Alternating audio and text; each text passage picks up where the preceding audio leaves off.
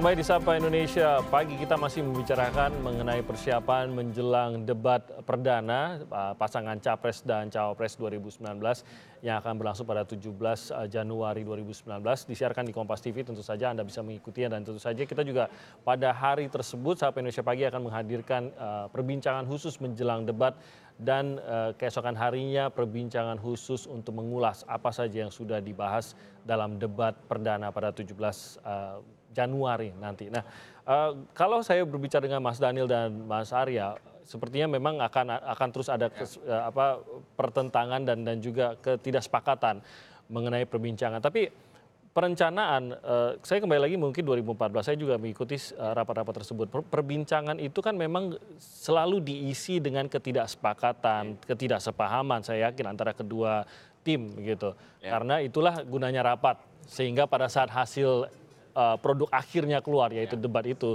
semua sudah sesuai dengan apa yang diinginkan oleh kedua tim ses dengan semangat bahwa yang dikeluarkan tersebut adalah yang terbaik bagi masyarakat untuk memilih pasangan calon pilihan mereka.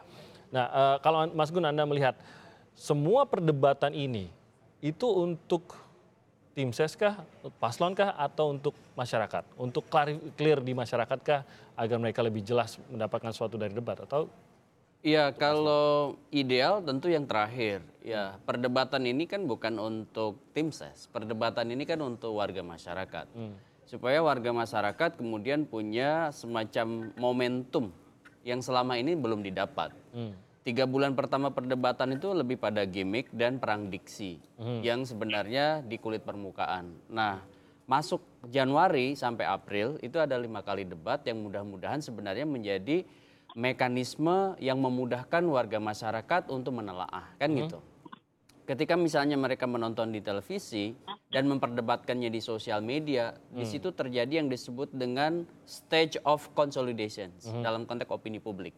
Jadi ada panggung yang mengonsolidasikan opini pro kontra itu di kanal-kanal yang memang seharusnya, yaitu pada perdebatan program. Nah, kalau kemudian bicara soal kepentingan Mas Dani, Mas Arya, itu dengan tim, dengan teman-temannya, itu udah pasti namanya ada kepentingan politik masing-masing untuk ada kesempatan supaya peluangnya jauh lebih besar bagi masing-masing pasangan. Calon mereka tampil terbaik. Itu bisa dimaklumin karena kan ini kan kontestasi. Kontestasi pasti punya strategi dan kita harus maklumin masing-masing kubu pasti setiap momentum penting dan strategi seperti debat capres itu akan memainkan strateginya.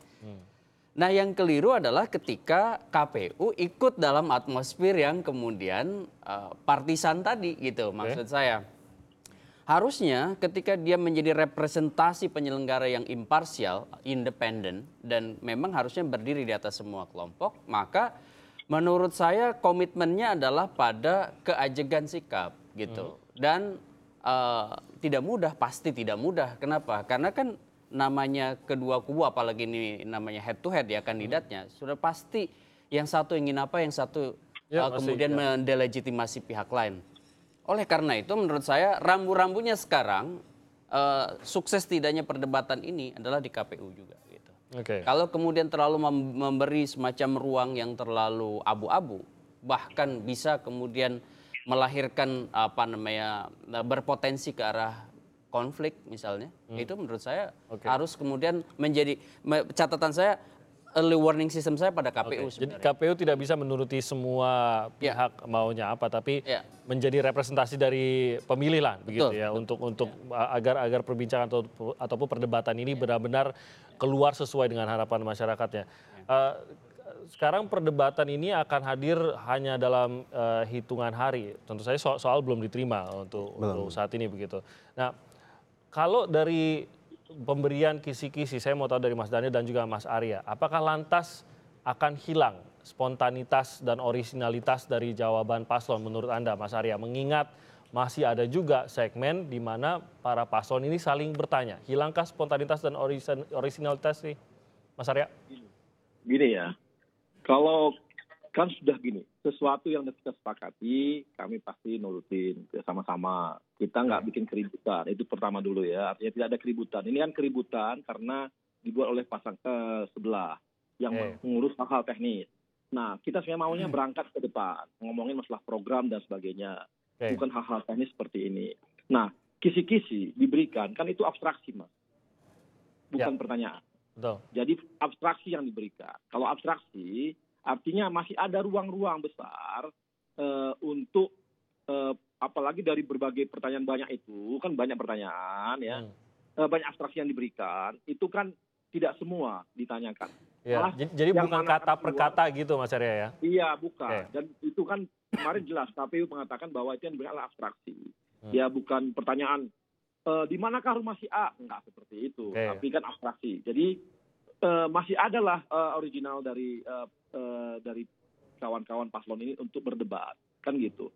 Dan ini disepakati berdua oleh semua dua pasangan, dan sebenarnya nggak perlu diperdebatkan di luar, karena disepakati. Tapi jadi ribut, masyarakat jadi ribut, heboh, dan seakan-akan ini ada tadi itu keraguan terhadap KPU dan sebagainya. Ini adalah usaha-usaha mendelegitimasi KPU gitu ya, dan juga seakan-akan kami ikut-ikut campur untuk menangani itu, padahal itu kesepakatan bersama.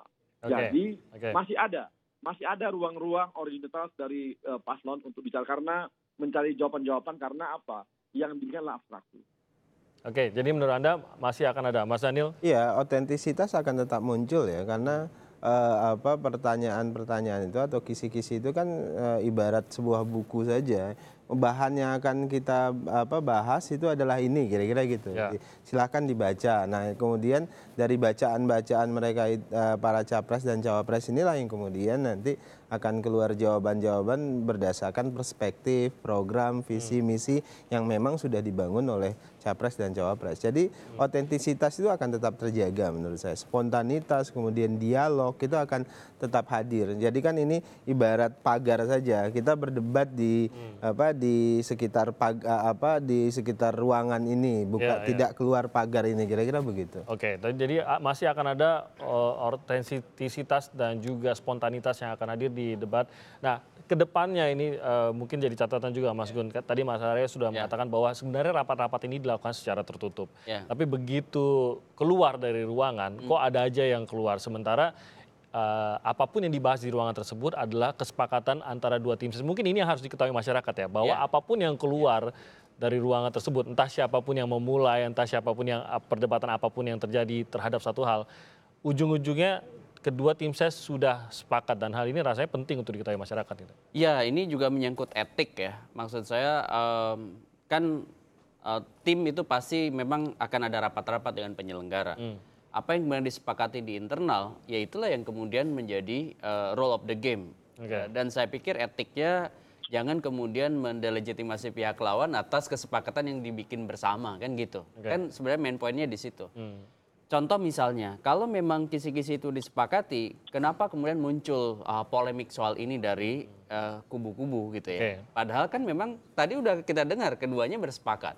Kalau keduanya bersepakat berarti kan mekanisme itu sudah menjadi acuan bersama, tidak perlu lagi diperdebatkan salah satu pihak misalnya takut berdebat. Publik menurut saya harusnya didorong pada satu kesiapan mental untuk menyiapkan diri mendengar, menganalisis, mengkritik, bahkan memperbincangkan sebagai bagian dari partisipasi publik nanti tanggal 17, kan gitu. Seharusnya didorongnya ke situ gitu, bukan kemudian ada semacam macam-macam bingkai. Framing tadi disebut, entah itu siapapun yang melakukannya. Yang jelas menurut saya momentum tanggal 17 itu harus menjadi satu momentum penting, terutama bagi proses dialektika di demokrasi kita. Kan kita punya 5 kali, dan itu menurut saya akan menjadi satu perdebatan yang kita harapkan menarik. Soal kisi-kisi untuk debat kedua, ketiga, dan sampai debat kelima menurut saya tidak perlu lah. Yang penting tuh temanya itu sudah jadi kisi-kisi gitu. Sama seperti di kampus, kalian bikin makalah temanya ini. Nah, maka kemudian substansi apa yang kemudian ada di dalamnya itu kemudian bisa dielaborasi sekreatif mungkin. Memancing kreativitasnya juga. Oke, saya berterima kasih banyak pada Mas Daniel dan juga Mas Arya. Terima kasih sudah bergabung pada pagi hari ini. Tentu saja Mas Arya kita nantikan juga di studio, masih akan banyak perbincangan. Debat ini masih akan ada sejumlah kali lagi, sehingga nanti kita juga akan undang ke studio. Terima kasih banyak Mas Arya, Mas Daniel sekali lagi. Terima kasih sudah hadir. Mas Gun, terima kasih banyak sudah menganalisa bagaimana pradebat yang sudah dihadirkan atau akan hadir nanti tanggal 17. Anda bisa saksikan di Kompas TV pukul 6 sore, setidaknya acara sudah dimulai. Debat sendiri masih akan diperbincangkan lagi ya. Pukul berapa debatnya ya, tapi Kompas TV akan menghadirkan pukul 8 diperkirakan.